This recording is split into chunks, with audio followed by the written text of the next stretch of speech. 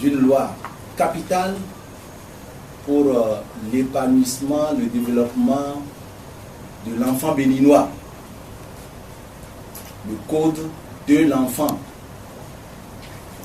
Je voudrais d'abord saluer ici la présence des partenaires des organisations de la société civile qui ont joué un rôle précieux dans l'aboutissement du vote de cette loi. Donc je voudrais citer le réseau des structures de protection des enfants en situation difficile, le RESPED. Je voudrais dire d'entrée que n'eût été le RESPED, on n'aurait pas voté ce code. Pour vous qui êtes des journalistes de cette maison, vous savez bien que nous avons nombre de propositions, projets de loi dans nos portefeuilles, chacun au niveau de nos commissions. Je cite en passant le RAMU.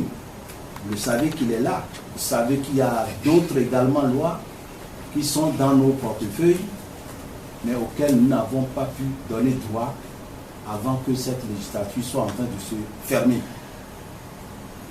On aurait eu tort de ne pas voter le code de l'enfant. L'enfant étant le père de l'homme, et vu la situation qui prévaut dans notre pays, la situation dans laquelle végète, n'est-ce pas, l'enfant, ce qui n'augure pas d'un avenir, d'un bien-être de l'enfant, et qui n'assure donc pas l'avenir de la nation, il était important pour l'Assemblée nationale de voter ce code. Donc je voudrais remercier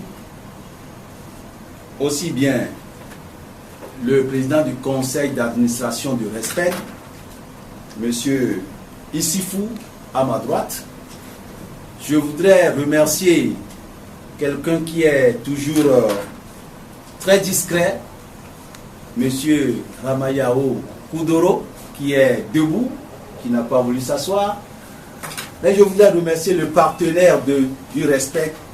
Et vous aviez suivi également le président de la République qui demandait qu'on aille installer les structures de SOS dans le Bénin profond pour pouvoir traiter les questions de l'enfance malheureuse.